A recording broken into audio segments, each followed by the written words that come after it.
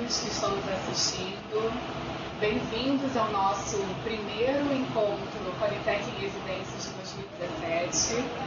Meu nome é Ávila, vou estar aqui com vocês hoje para apresentar o programa.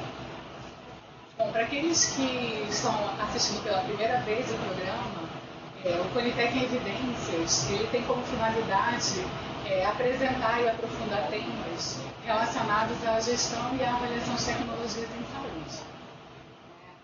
E aproveitando essa oportunidade, eu informo a vocês que a gente está com uma enquete aberta no site até hoje, para levantamento de novos temas dos próximos programas.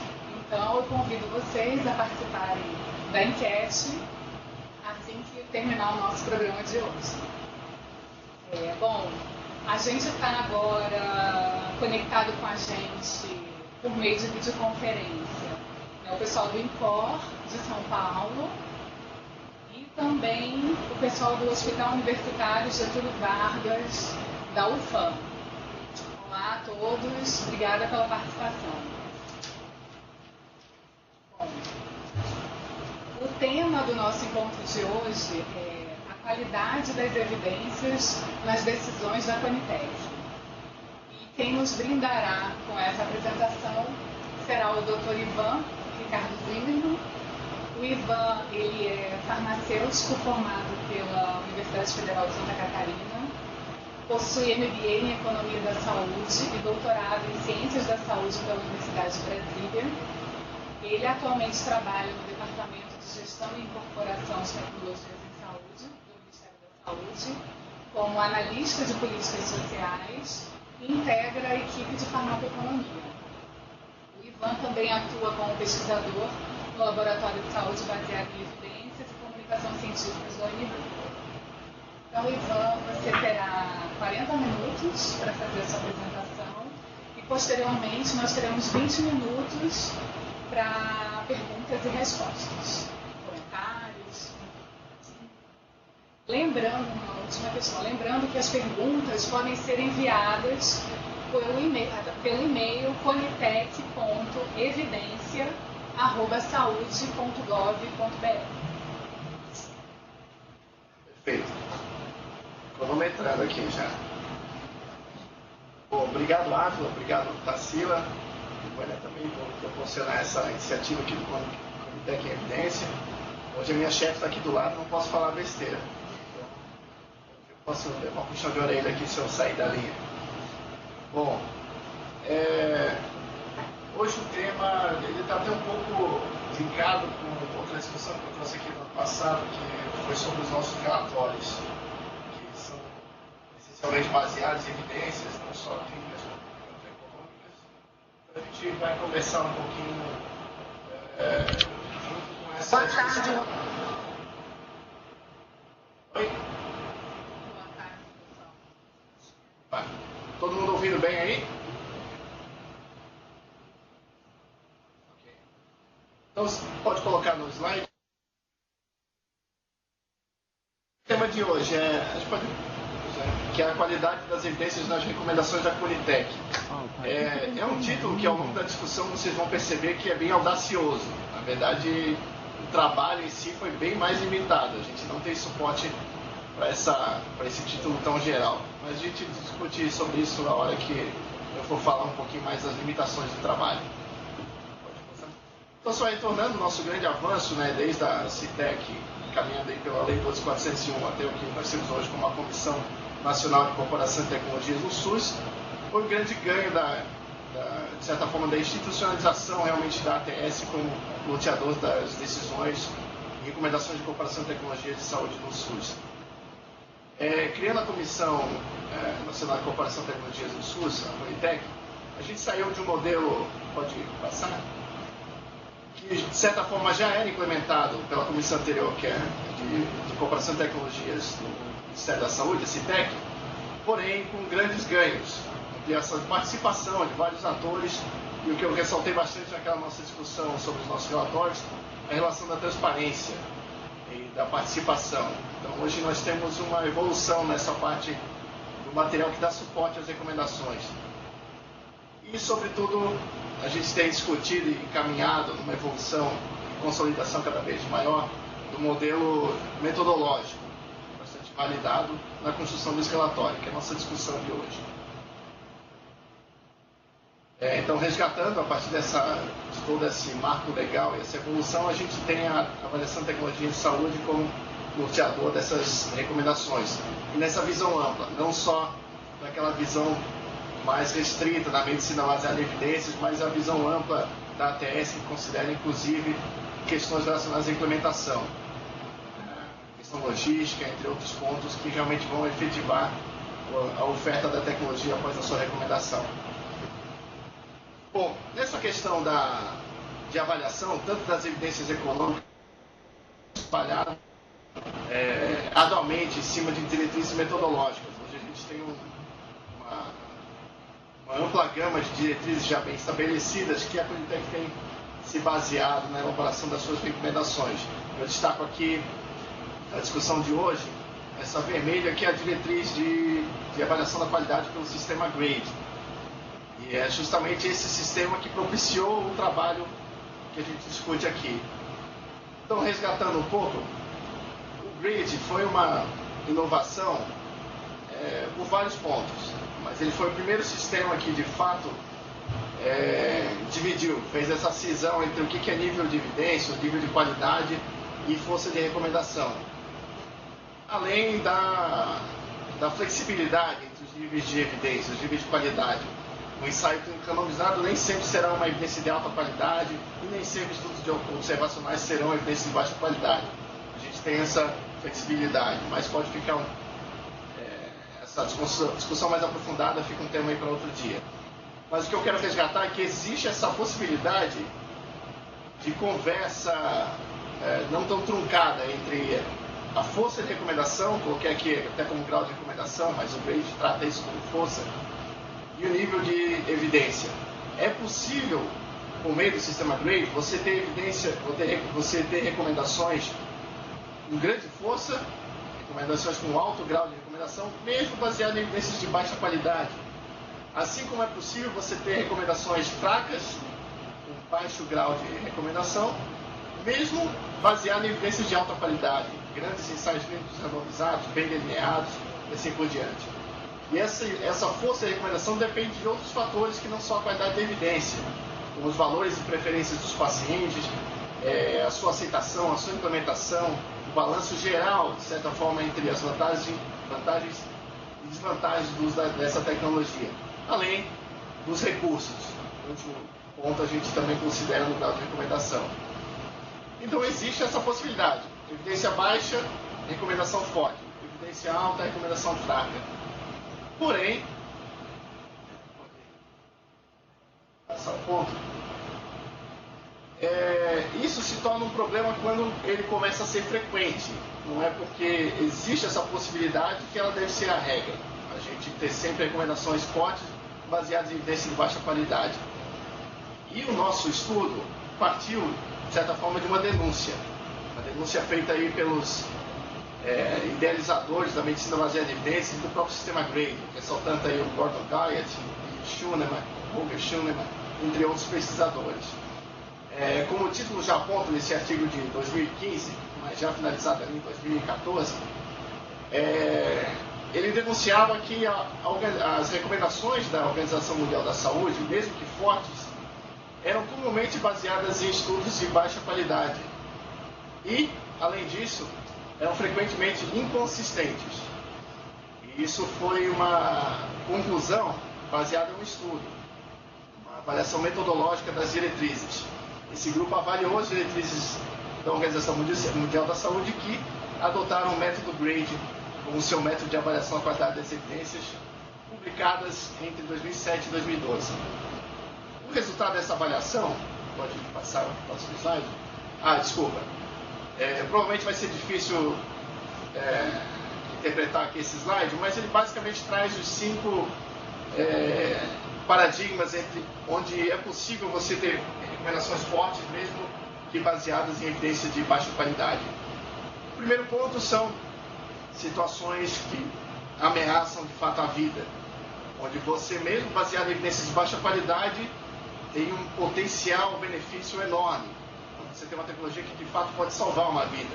Então, um ganho em anos de vida ajustados pela qualidade, assim por diante, é muito maior a ponto de você relevar essa qualidade de evidência. A gente teve isso, por exemplo, para aqui o exemplo, a ideia da hidroxicobalamina das intoxicações por cianeto. Apesar das limitações que nós teríamos na implementação e a baixa qualidade das evidências, estritamente baseadas em estudos observacionais, sem um controle adequado, o potencial ganho de você conseguir salvar essa vida, se efetivamente você tivesse esse sentido em tempo hábil de utilizar, frente aos efeitos adversos que são mínimos, comparado a outras opções, deram total suporte para a recomendação dessa tecnologia, mesmo que baseada em uma evidência de baixa qualidade. Outros casos, onde o benefício é incerto, mas o dano é certo, nós temos, por exemplo, a ideia da ampliação de rastreamentos. Citar aqui como exemplo do diagnóstico de câncer de mama. Então, ampliar a faixa etária para 20, 30 anos tem um impacto enorme, com o potencial de casos de falsos positivos, de impacto que isso pode trazer para a população e para as mulheres. Então, mesmo que baseado em evidência de baixa qualidade, esse benefício que poderia trazer essa ampliação da faixa etária é muito pequeno frente ao grande malefício que ele pode trazer. Então, mesmo tendo evidência de baixa qualidade, você pode ter uma recomendação forte contra essa ampliação de faixa etária. E isso a gente pode extrapolar para vários outros rastreamentos na população em geral, onde isso comumente não é adequado em vista dos baixos valores preditivos. As duas outras situações são situações onde a gente tem uma certa equivalência entre as opções que estão em discussão, seja baseada em evidência de alta qualidade ou evidência de baixa qualidade, mas outros fatores nos levam a considerar uma recomendação mais forte. A gente teve isso como exemplo na Conitec, em questão em relação à lanreotida e alquitreotida na acromegalia.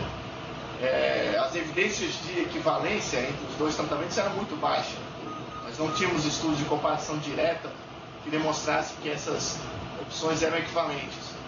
Mas os ganhos potenciais em relação posológica da lanreotida, em relação de custos também, que nós tínhamos observado na época, no estudo de custo-minimização, dava um total poder de se recomendar essa tecnologia, mesmo que baseada na ausência de um estudo de comparação direta e assim por diante. E ao fim, mesmo na ausência de evidências que demonstrem um grande benefício na população estudada, nós podemos tomar decisões com recomendação de grande força, baseado nos potenciais danos que a gente pode ter no uso de uma tecnologia ao seu comparador. Eu trago aqui o exemplo do autismo e o uso de antipsicóticos no controle da agressividade, comparando os antipsicóticos de primeira e segunda geração. Então, por mais que a gente não tenha estudos comparando esses tratamentos diretamente nas crianças, e não tenha nenhuma outra evidência que seja potencialmente importante para se tomar essa decisão, potencialmente relevante, os danos potenciais da primeira geração de antipsicóticos são incomparavelmente maiores em comparação à segunda geração nessa população. Então você poderia ter uma evidência a favor dessa tecnologia mesmo na ausência de estudos. Bom, mas deixa eu passar à frente, que a discussão hoje aqui é do nosso estudo e não do estudo do Guyot. Só ressaltando, a partir desses pontos, então eles avaliaram realmente um total de 33 diretrizes da Organização Mundial da Saúde que fez o uso do GRADE, identificando 160 recomendações discordantes. Então eles fizeram uma análise bem aprofundada, até além do que a gente fez aqui. Esse grupo realmente foi atrás de todas as evidências utilizadas em uma recomendação e reavaliou aquela qualidade. Eu vou mostrar adiante que a gente não fez isso, a gente se baseou na interpretação de fato da Conitec do seu relatório. Mas eles identificaram que, na verdade, apenas 15% daquelas recomendações eram consistentes. Então, um número muito pequeno. A grande maioria não era consistente com a metodologia do GRADE, sendo que uma parte delas era, na verdade, baseada em evidência de qualidade moderada ou alta, fazendo essa reavaliação, e os elaboradores das diretrizes haviam julgado como evidência de baixa qualidade. Então, de certa forma, não era uma discordância entre evidência de baixa qualidade e recomendação forte. Na verdade, era uma má avaliação pelo sistema do Grady, ela concordava, era concordante. Outra parcela dessas recomendações discordantes eram, na verdade, baseadas em afirmações de boa prática clínica. Não eram, de fato, recomendações, não eram lacunas de incertezas, né? de certeza sobre a prática clínica. E, de fato, não precisavam dessa avaliação da qualidade das evidências, não precisavam desse suporte das evidências para se orientar um curso de ação. E, por fim, a grande maioria, na verdade, se tratava de uma recomendação fraca, ou que a gente tem utilizado um termo agora mais próprio pelo Grady, que eram recomendações condicionais e não recomendações fortes. Então, o julgamento foi errado não na qualidade das evidências, mas na força de recomendação. Ok, com esse estudo ficou como implicação das diretrizes, uma conclusão dos autores, que os organizadores de laboratórios de diretrizes baseados no sistema Grady, como as diretrizes da Organização Mundial da Saúde, deveriam urgentemente revisar todo o método do Grady e os seus princípios, para tentar ser mais consistente com a proposta. A partir dessa denúncia, de certa forma, nos questionamos, lá em 2015, será que então que, no nosso contexto aqui brasileiro, as recomendações da Conitec têm sido consistentes com a qualidade das evidências?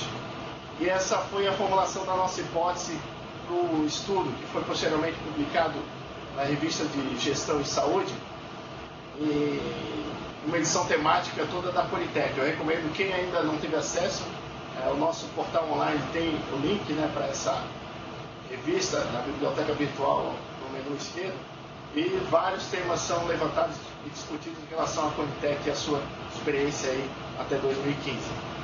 Então essa foi a nossa hipótese do nosso estudo, sobre a qualidade das evidências e a recomendação sobre as incorporações de medicamentos do Sistema Único de Saúde. Foi uma análise retrospectiva do que a gente tinha desde 2012 até aquela data de 2015.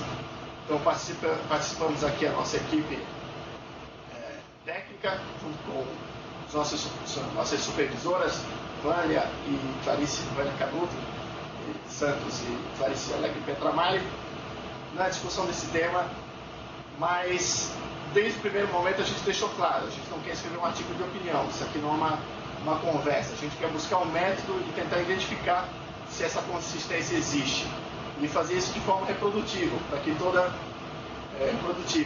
a sociedade reconheça, de forma transparente, possa realmente reavaliar e atualizar esse estudo daqui a alguns anos e buscar os seus resultados. Então, como objetivo, nós tentamos estimar os fatores associados à qualidade das evidências e a relação dessa qualidade com as recomendações emitidas pela Conitec, os relatórios de recomendação sobre a incorporação de medicamentos no SUS. Por que medicamentos? Eu já chego nesse ponto, porque a gente fez esse recorte. Mas, basicamente, essa era a nossa hipótese central. Será que uma evidência de baixa qualidade está associada com uma recomendação negativa? Porque isso seria consistente, não o contrário. Não necessariamente uma evidência de alta qualidade vai predizer uma recomendação positiva, uma recomendação favorável. Vários outros fatores devem ser levados em conta para essa recomendação. Mas, a princípio, uma evidência de baixa qualidade, é isso que o Grady discute em seu artigo, reavaliando as recomendações da Organização Mundial da Saúde. Uma evidência de baixa qualidade é uma evidência de baixa confiança. E tomar uma decisão sobre uma recomendação forte, a partir de baixa confiança, não é coerente.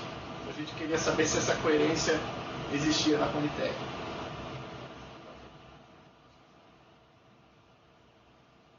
Bom, então foi um delineamento retrospectivo e analítico. A gente não ficou só no nível descritivo, realmente partimos de uma hipótese e assumindo os testes estatísticos e os pressupostos para tentar testar essa hipótese, a partir dos relatórios completos de recomendação sobre incorporação de medicamentos em sua versão final, até a data de 26 de junho de 2015. Então, desde o início da Conitec de 2012 até esse momento final, que foi o nosso momento de coleta de dados. Versão final, ou seja, só aqueles relatórios que já possuíam uma decisão do nosso secretário de saúde sobre a incorporação, secretário de Ciência e Tecnologia, desculpa. Então, alguns relatórios que ainda estavam em andamento, sem uma decisão final, não entraram nesse escopo. Nós fizemos também esse recorte sobre medicamentos por uma questão básica. É um campo onde a ATS já está bem estabelecida. Nós temos claramente que tipos de estudos podem trazer a melhor resposta sobre no suporte, uma recomendação sobre essa intervenção. Nós temos ferramentas validadas nesse contexto de avaliação da qualidade das evidências, e além de questões econômicas também bem estabelecidas. Ainda há muita discussão, ainda há uma certa necessidade de consenso em vários desses fatores em relação a equipamentos e procedimentos. Então a gente decidiu restringir a nossa análise a medicamentos, que acaba sendo uma restrição não tão limitante, se a gente pensar que em média de 70% das demandas avaliadas pela Politec é realmente na tecnologia de medicamentos. Bom, a partir dos relatórios nós fizemos uma extração variada e de forma independente de questões básicas, todas as informações públicas, é importante deixar isso claro, nós não fizemos em momento algum uso de dados sigilosos ou dados que só nós técnicos aqui teremos acesso por estar presente, por fazer parte da Secretaria Executiva da Politec. Então é possível reproduzir esse nosso estudo só com o que está disponibilizado hoje no portal online e outras fontes.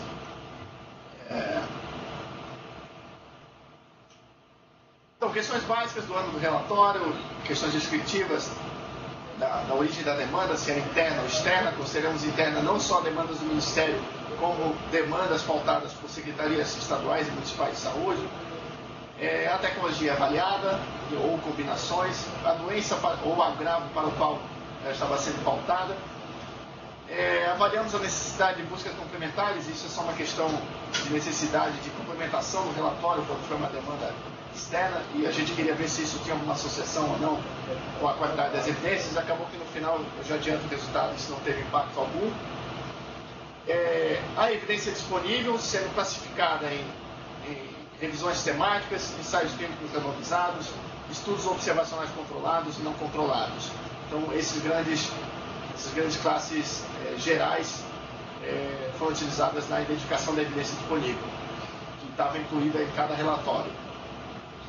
Critérios de avaliação das evidências, tanto instrumentos validados que foram descritos, quanto avaliações descritivas e qualitativas, sem necessariamente fazer parte de uma ferramenta específica. Como foi avaliada a qualidade dessas evidências? Então, buscamos essa informação. Parâmetros de custo-efetividade, resultados, quando disponíveis, de impacto orçamentário. Vou falar mais à frente, tanto o custo-efetividade quanto o impacto orçamentário foram ajustados a valores presentes da época de 2015, tentando ver aí essa relação, esse poder relativo do impacto orçamentário e da custo-efetividade na decisão da Politec. A qualidade geral das evidências, nós, como eu comentei antes, diferente do trabalho do Grade, nós não reavaliamos a qualidade das evidências. Toda a nossa análise foi baseada na interpretação do relatório. Então, isso foi até uma dificuldade, eu já vou discutir um pouco. A gente teve que criar um instrumento para conseguir validar essa interpretação. Então, todo o nosso estudo foi a partir do que estava constatado no relatório de recomendação. Se concordávamos ou não com aquele julgamento de ser uma qualidade alta ou baixa, não importa. A gente considerou o que foi avaliado pela Politec. A recomendação da Politec é a decisão sobre sua incorporação ou não. Então, vocês observam que são fatores descritivos relacionados à demanda e não somente à qualidade. Isso porque a gente queria, ao tentar identificar o impacto da qualidade das evidências sobre uma recomendação da Politec, nós precisamos também considerar os variados possíveis covariáveis. Então, a gente tentou levantar esses pontos, como a questão do impacto orçamentário, a questão de outras variáveis, como eu vou comentar mais à frente, da existência de diretrizes clínicas no tema, que pode ter um efeito tanto positivo, por ser uma recomendação que já tem uma diretriz implementada no SUS e já venceu algumas barreiras nesse mercado, como pode ser um impacto negativo, quando você já tem uma diretriz e já tem potenciais concorrentes bem estabelecidos no sistema único de saúde, que torna bem mais difícil uma recomendação positiva para essa tecnologia. como eu falei, os dados econômicos foram ajustados e nós criamos níveis. Porque toda a nossa análise, é importante destacar, eu vou falar mais à frente também, mas foi dicotômica. Então nós tentamos trazer um poder de interpretação grande a essa análise. Então, mesmo dados que eram contínuos, nós tratamos de uma forma dicotômica, valorizando a interpretação desses resultados. Então, não só se o impacto orçamentário tinha influência sobre a recomendação, nós vimos que o impacto orçamentário alto tinha uma influência na recomendação. E isso, comparando aí a interpretação, é bem diferente nesse ponto. Quando a não delimitação de forma dicotômica complica bastante essa nossa tradução das evidências. Então, para a classificação tanto da custo-efetividade quanto do impacto orçamentário, nós simplesmente, após o ajuste para valores presentes, distribuímos esses valores e utilizamos os quartis, sendo o nosso último quartil, dos últimos 25% da distribuição, nossa barreira, nosso último nível aí, o nível alto tanto de custo-efetividade quanto de impacto orçamentário.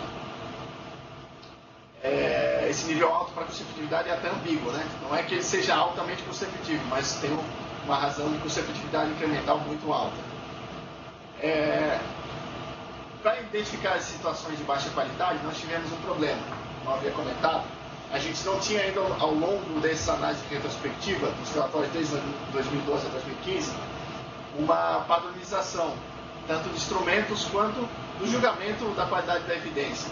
Então, alguns relatórios, esse julgamento não estava claro, não estava declarado se foi julgado que aquela evidência era de alta ou baixa qualidade, se o nível era alto ou baixo de evidência. Então, nós criamos um instrumento básico que retirava trechos desses relatórios e esses trechos da conclusão do julgamento da Politec, que daria o suporte para a interpretação de ser uma evidência de alta ou baixa qualidade, alta, moderada ou baixa qualidade.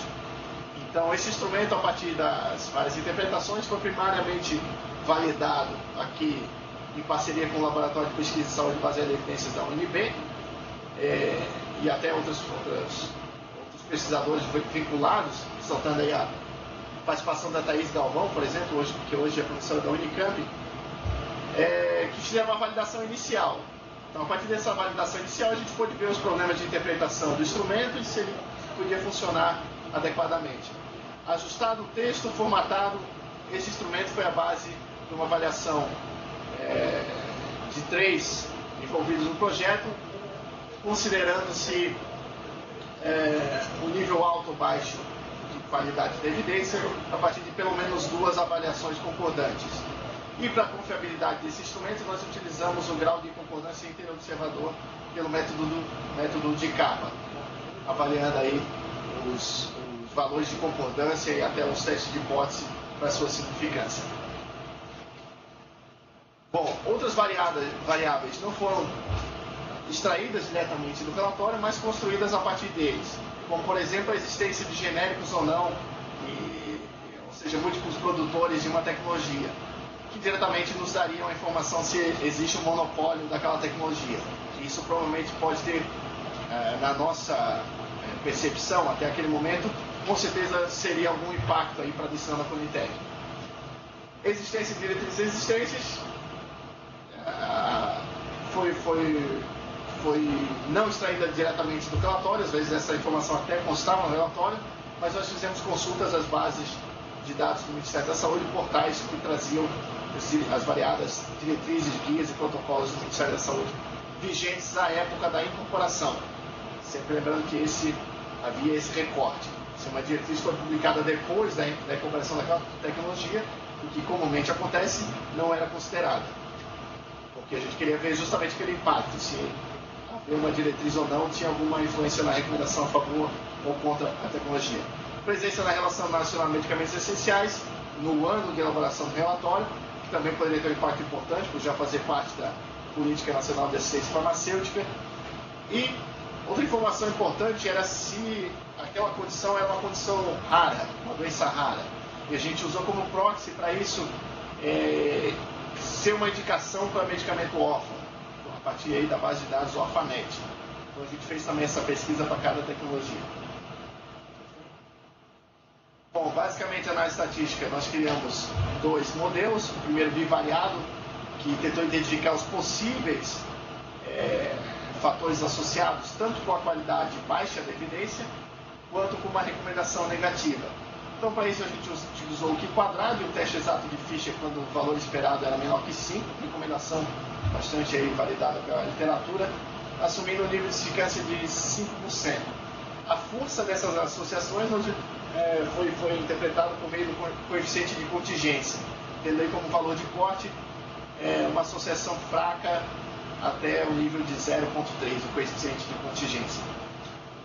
Bom, mas como eu falei, a gente avaliou também com variáveis, e a gente fez isso por análises multivariadas com base em modelos de regressão logística, que vão tratar dessas variáveis dicotômicas de forma bastante robusta, não precisando assumir distribuições paramétricas, por exemplo, como uma distribuição normal. Então, o nosso modelo de regressão logística ele é bastante robusto nesse aspecto. Bom, para a inclusão do modelo, a gente utilizou um limiar de significância de 20% na análise bivariada. Então, a gente foi bastante conservador nesse ponto. Avaliamos a multicolinearidade, que é um problema nas análises multivariadas, excluindo do modelo aquelas variáveis que eram altamente correlacionadas. E a gente usou um ponto de corte aí, de correlação de 0,4. E a gente teve isso observado. Algumas variáveis tiveram que ser excluídas do modelo por ter uma alta correlação.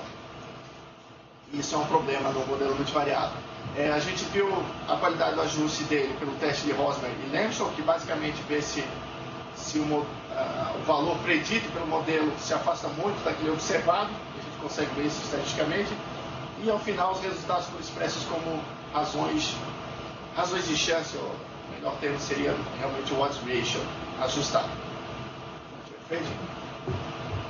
Numa amostra inicial de 144 relatórios de recomendação da Politec existentes à época, em sua versão final, no portal online da Politec, 51 deles foram excluídos por não serem relacionados a medicamentos, e 26 posteriormente foram excluídos por serem avaliações simplificadas. A gente está falando aqui de algumas ampliações de apresentações, medicamentos que já estão comparados na Politec, algumas ampliações de cobertura sem impacto, questões de saúde pública que não necessariamente necessitam uma avaliação completa de tecnologia, baseada em avaliação econômica e assim por diante. Então, por ser uma característica diferente, eles já não teriam essa consistência com os instrumentos de avaliação de qualidade da evidência, até porque poderia nem ser coerente com essa discussão em relação ao contexto da decisão. Então, são relatórios que ficaram também de fora dessa análise, pois teriam uma interpretação bastante equivocada. Ao fim, nós ficamos então com 67 relatórios de recomendação, podendo gerar mais que 67 recomendações, já que alguns relatórios falavam de mais de uma tecnologia. E isso representa, depois eu discuto, mais 47% dos relatórios disponíveis à época. Em relação à especialidade, que foi um dado que a gente também obteve, nós tivemos como principais especialidades com demandas solicitadas na reumatologia, a especialidade com o maior número de demandas solicitadas, avaliações solicitadas, seguida da oncologia, empatada depois a pneumologia, endocrinologia e... Opa, eu acho que eu acabei cometendo um erro aqui. Depois eu confirmo com vocês aqui, a gente repetiu pneumologia. Provavelmente alguma outra especialidade que estava empatada. Esse gráfico eu acabei criando hoje para a apresentação, com certeza no artigo está correto. Tem que revisar depois. Seguido depois, ao final, da dermatologia e infectologia. Nós tivemos várias outras especialidades, mas essas foram as principais. Já adianto que as análises estatísticas não demonstraram a especialidade médica como um fator fortemente associado tanto à qualidade baixa das evidências quanto à recomendação negativa. Características gerais do que a gente identificou 54% dos medicamentos possuem algum registro para medicamento órfão, ou seja, é um critério bastante amplo. Mas desses, só 18% foram avaliados na indicação órfã para o SUS. Ou seja, apenas 18% dessas avaliações se tratavam daquilo que a gente considerou como uma doença rara, indicação de doença rara. Então está bastante coerente. 32% das solicitações receberam uma recomendação favorável, sendo que mais de 80% dos pareceres favoráveis recomendavam medicamentos produzidos por apenas uma empresa, que não havia genéricos. Tendo aí influência bastante observável do interesse maior do demandante quando existe ainda uma proteção patentária ou um monopólio, assim por diante. E também uma dificuldade de ver esse nível de relação com a recomendação da Conitec, a partir do momento que a maioria delas era baseada em monopólio.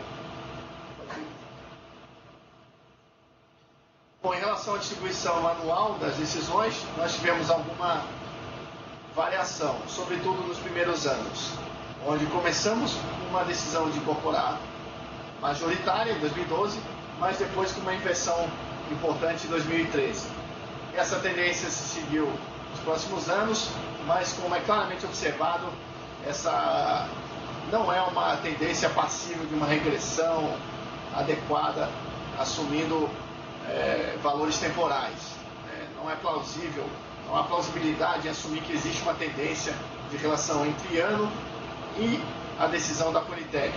E até não haveria nenhum julgamento lógico para isso, a não ser que existisse uma diferença de qualidade nos estudos avaliados. E isso realmente existiu.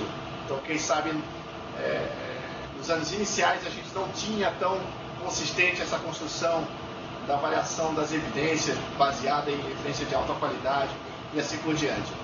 Então, com base nesse panorama de ausência de uma tendência ao longo desses 4 anos, nós acabamos ainda incluindo a variável de ano do relatório nos nossos modelos, porém de forma dicotômica, entre anos iniciais e posteriores à Conitec, para saber se havia essa relação de evolução conforme a experiência da Conitec. Em relação aos critérios utilizados na avaliação da qualidade das evidências, a grande maioria foi baseada em uma avaliação descritiva, critérios baseados em diretrizes metodológicas, como a nossa diretriz de pareceres técnicos científicos, disponibilizada pela Rede Brasileira de Avaliação de Tecnologia de Saúde, promovida pelo Ministério da Saúde e seus parceiros, não baseada em um instrumento específico, mas em critérios que deveriam ser avaliados para avaliação da qualidade. É uma avaliação da qualidade, não baseada em um instrumento único.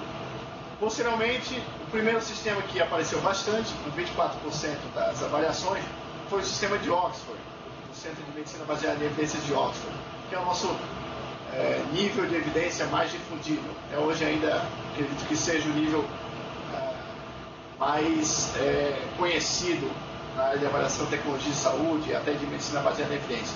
Que fala o nível 1, 1A, 1B e assim por diante, de acordo com o desenho do estudo que é considerado como ensaio clínico randomizado sendo o melhor nível de evidência, e até revisões sistemáticas ainda melhores desses ensaios clínicos.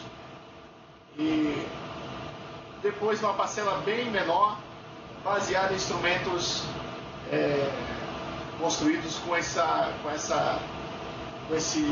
objetivo realmente de avaliar a qualidade da evidência. Aí a escala já dá, não tão potente quanto o risco de viés da Cochrane, mas os critérios Amistad, avaliação da qualidade das descrições sistemáticas, um sistema GRADE apareceu em 3% da nossa amostra, e o critério de Schultz também apareceu em alguns dos relatórios. Então foi o nosso primeiro problema que a gente identificou. A gente não tinha uma padronização de como avaliar a qualidade das evidências, trazendo aí uma implicação para o trabalho nosso nesse ponto. E eu vou trazer isso mais à discussão mais adiante. O nosso instrumento se mostrou confiável, o nosso CAPA mostrou uma concordância entre observador significativa, variando 0,48 a 0,74, e a gente considerou aceitável o uso desse instrumento para avaliar a qualidade da evidência entre baixa ou alta a partir do que foi julgado pela Politec. Em relação aos tipos de evidências que nós identificamos, a grande maioria, e isso está totalmente coerente com a avaliação de tecnologia de saúde pautada nas intervenções baseadas em medicamentos, tendo o ensaio clínico como a grande maioria das evidências. Revisões sistemáticas, e aqui até um problema, revisões sistemáticas, na maioria das vezes de ensaios clínicos, mas algumas também de estudos observacionais. A gente acabou não fazendo essa divisão. Mas também aparecendo estudos observacionais, de uma pequena parcela, tanto controlados quanto não controlados. Gente, já são quase 40 minutos, deixa eu correr aqui. Então, os nossos níveis, para considerar aquela influência do impacto orçamentário e custo-efetividade, a gente acabou definindo a partir das distribuições valores corrigidos como alto, um valor muito alto de custo-efetividade, como R$70 mil, e o impacto orçamentário acima de R$85 milhões. E foram essas variáveis, esses critérios que foram imputados no modelo multivariável. Pode passar?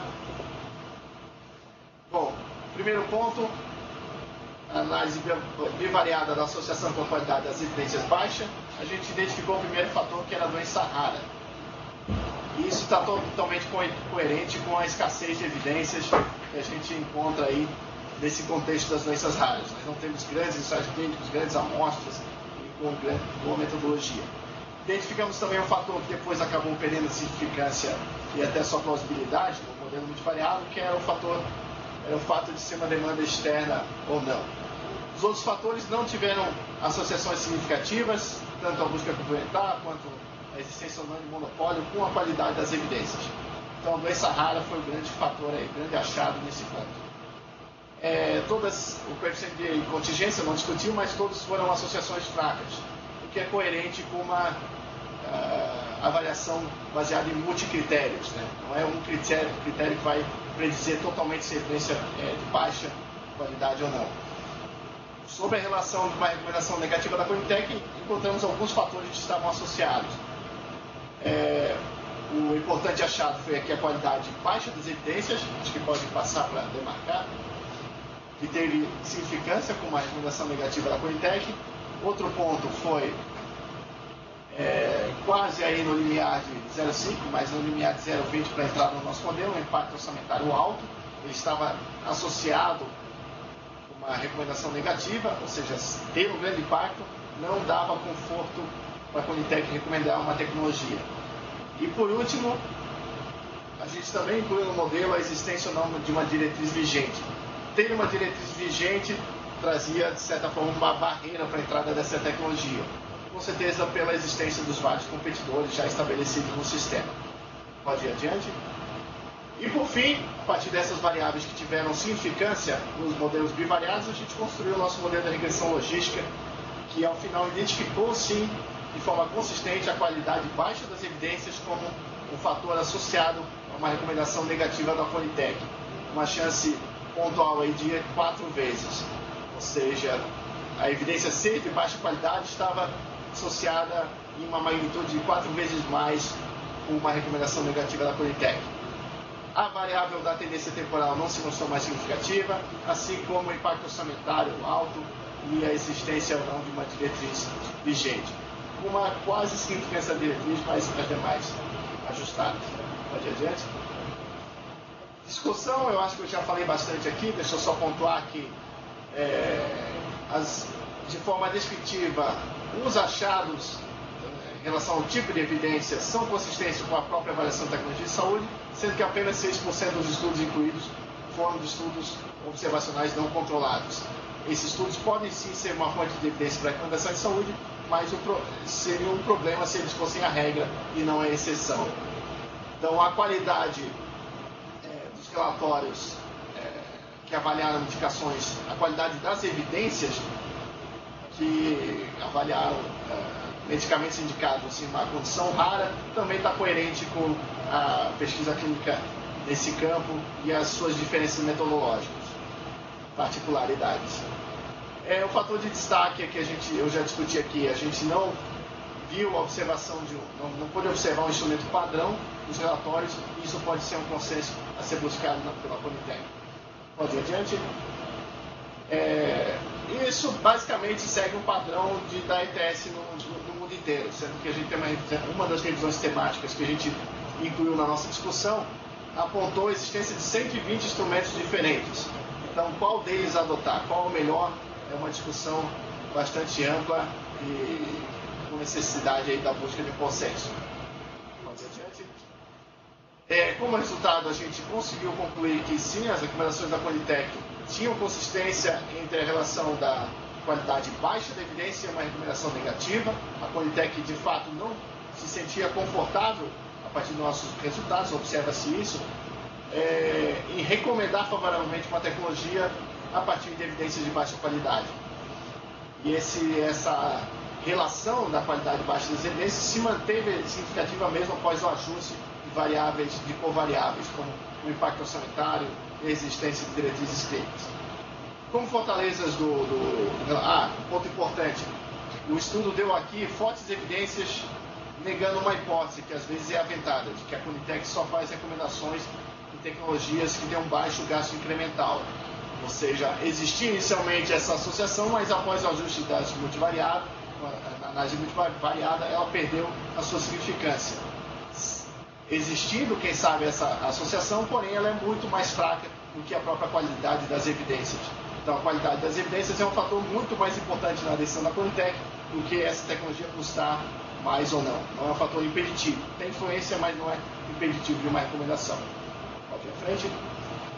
Fortalezas, por mais que seja restrita, ela tem uma representatividade importante dos relatórios da Conitec relacionados a medicamentos.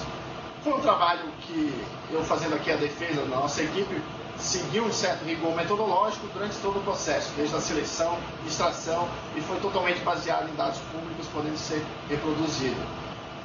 Desenvolvendo instrumentos confiáveis quando essa informação não era existente e que foi devidamente avaliada em modelos multivariados. Pode ir à frente. Até aquele momento era a primeira análise com essas características. Hoje eu já não sei se isso ainda é uma verdade. Realmente eu tenho visto mais estudos da Conitec ao longo que a gente tem na sua experiência. E por fim, só ressaltando também as limitações, por mais que ela seja uma amostra representativa das decisões sobre medicamentos, ela claramente é bastante limitada para a demanda completa da Conitec. Ela não inclui avaliação de equipamentos, procedimentos, e a gente não pode trazer aqui qualquer conclusão sobre isso, com base em nossos dados. E também é importante ressaltar que nem todos os fatores relacionados à qualidade das evidências ou até as decisões foram incluídos nos modelos. Primeiro, porque é uma análise retrospectiva, a gente se baseou em dado que já tinha sido coletado e também com dados públicos. A gente quis prezar pela reprodutibilidade desse trabalho. Mas a gente pode estar sofrendo aí no que a gente chama na epidemiologia de confundimento residual. Pode ser que algumas variáveis que tenham uma influência importante, tanto na qualidade das evidências quanto na recomendação da Conitec, não foram considerados no modelo. E é o risco que a gente está assumindo. E o poder estatístico da amostra pode ser que não tenha identificado algumas significâncias. Pode ser que a gente tenha sim a influência de impacto orçamentário, mesmo no modelo ajustado, porém a nossa amostra ainda era pequena para conseguir identificar essa magnitude. Quem sabe a recondução desse estudo agora com uma amostra maior possa identificar esses e outros fatores significantes. Nossas conclusões, eu acho que eu já levantei, é de que, diferente do que foi observado nas diretrizes da Organização Mundial da Saúde, a Conitec tinha sim uma consistência entre a qualidade das evidências e as suas recomendações favoráveis ou não. Só para pontuar aqui os agradecimentos, tanto ao Arthur, que na época trabalhava aqui com a gente, no Ministério da Saúde, é estatístico inteiro. Em algumas discussões variou bastante a nossa condição de estudo, assim como a professora Ana Godoy, lá do Laboratório de Pesquisa de Saúde Baseada em Evidências, e toda a equipe que ajudou a validar o instrumento inicial aqui da UNB. Bom, passei do tempo, passei aí 5 minutos, eu espero que tenha dado um bom panorama desse trabalho.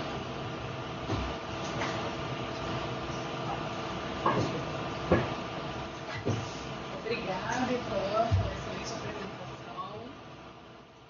Vamos agora abrir para as perguntas, comentários. Primeiro dos nossos colegas do INCOR e da da Universidade Getúlio Vargas. Vocês têm alguma pergunta, algum comentário a fazer?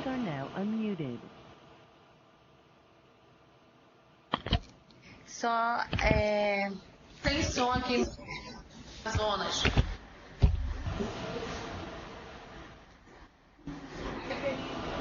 Posso? Só rapidamente, Ivan, obrigado pela tua exposição brilhante, eu acho que é isso mesmo. Agora, o bom seria que tu continuasses e incluir na amostra também o procedimento e as demais relatórios. Mesmo que faça uma outra análise por extratos, mas aumentar o N para a gente poder ter uma análise mais forte. Então, não para aí, não para nesse paper, mas bota isso como um relatório sequencial necessário, tá? Eu acho importante isso, certo? Dando um retorno nesse ponto, a gente tem parceiros trabalhando nessa temática. A gente tem alguns projetos aqui no meio do PROAD que justamente estão avaliando essas recomendações da Politec, esses fatores, quem sabe até observando de forma mais validada, uma amostra mais ampla, esses níveis de custo-efetividade, por exemplo, incluindo também, até tem que confirmar, mas até onde eu sei, também procedimentos e equipamentos, né? Não restrito a medicamentos. Então esse projeto provavelmente vai ter logo aí algum resultado que a gente vai compartilhar. Obrigada, Felinda, pela sua pergunta. Pessoal do Getúlio Vargas, tem alguma questão? Não, era a mesma opinião da professora, a questão do N aumentado. Obrigada. Eu tenho uma outra pergunta, mas agora para o pessoal do Amazonas, a respeito do NatJus. Depois a gente tem que conversar um pouquinho mais. Ok. Gente, eu só queria ressaltar que nós tivemos hoje 266 acessos, né, no nosso programa, de variados países, Brasil, Equador, Estados Unidos, Portugal, Argentina e Bélgica. Obrigada a presença de todos. E antes de encerrar, eu gostaria de informar que o vídeo vai estar disponível no YouTube e convidá-los também a acessar o nosso site, politec.gov.br, baixar o nosso aplicativo, né, nos seguir no Twitter, né, nós temos um Twitter. E, além disso, para encerrar, eu gostaria de agradecer a equipe que ficou nos bastidores, a Tarsila Mega, a presença da nossa ilustre diretora, está aqui, Vânia Canuto, ao DataSUS, que viabilizou toda a logística para a realização do programa também, obrigada. E convidá-los para o próximo encontro, no dia 3 de abril. Nós vamos ter aqui o Murilo Pontó, que é da Organização Pan-Americana da Saúde do Brasil, e ele vai apresentar sobre as particularidades na incorporação de equipamentos e produtos para a saúde. Então é isso. Até o próximo encontro. Antes de terminar, Ávila, eu queria fazer uma solicitação. Tá? Você está me escutando ainda? Tá, olha só. Que vocês, quando disponibilizem o vídeo, distribuam também na rede por e-mail, para a gente poder enviar e aumentar a disseminação. Essa é uma demanda porque a gente não tinha antes, né? Quando a gente detectava que tinha um novo, a gente fazia a disseminação. Mas se vocês mandarem por e-mail o vídeo, vai ficar mais fácil para a gente. Obrigada. Perfeito. A gente tem uma perguntinha aqui que chegou de última hora, mas a gente vai fazer do Ivan. Prezado Ivan, boa tarde. Diante do esforço sobre o não uso de sistemas validados como o GRADE para avaliar a qualidade da evidência e a preferência por sistemas descritivos. O Ministério da Saúde deve aumentar o acesso aos cursos de diretrizes metodológicas e ATS, principalmente pelo PROAT. Quem faz a pergunta é Paula Henrique Ribeiro Fernandes Almeida. A minha chefe já deu a validação aqui, com certeza, ressaltando que o GRADE ele é de certa forma ainda novo em relação às outras metodologias, como o nível de Oxford, que está bastante difundido. Se a gente pensar lá em 2012, no início da Conitec, era o primeiro ano que a gente teve a primeira sequência de publicações do GRADE, aquela edição de 21 publicações sobre o uso do sistema GRADE na avaliação da qualidade das evidências. E até então o GRADE tinha um problema enorme de comunicação. Sem essas publicações, era difícil a sua aplicação, por não ter posse de exemplos práticos e como realmente se lidava com esse sistema na aplicação da qualidade das evidências. Então, só em 2011, 2012 que a gente teve essas publicações, a gente até hoje ainda não tem algumas delas, ainda estão sendo construídas. E depois disso que foi realmente publicada, agora tem que resgatar se foi 2013, 2014, acho que foi 2014, a publicação da diretriz do GRADE. Então isso ainda está em construção, então não tem como a gente cobrar essa evolução histórica tão rápida da aplicação do GRADE, por exemplo, na avaliação da qualidade das evidências. Mas realmente a gente tem que agora investir bastante em capacitação, tanto aqui internamente, quanto todos os parceiros e todos os integrantes desse grande contexto que é a avaliação de tecnologia de saúde no nosso sistema único de saúde. Acho que agora a gente tem todo o material para colocar isso em prática. Perfeito, Ivan. Então agora acho que o nosso tempo se esgotou, né?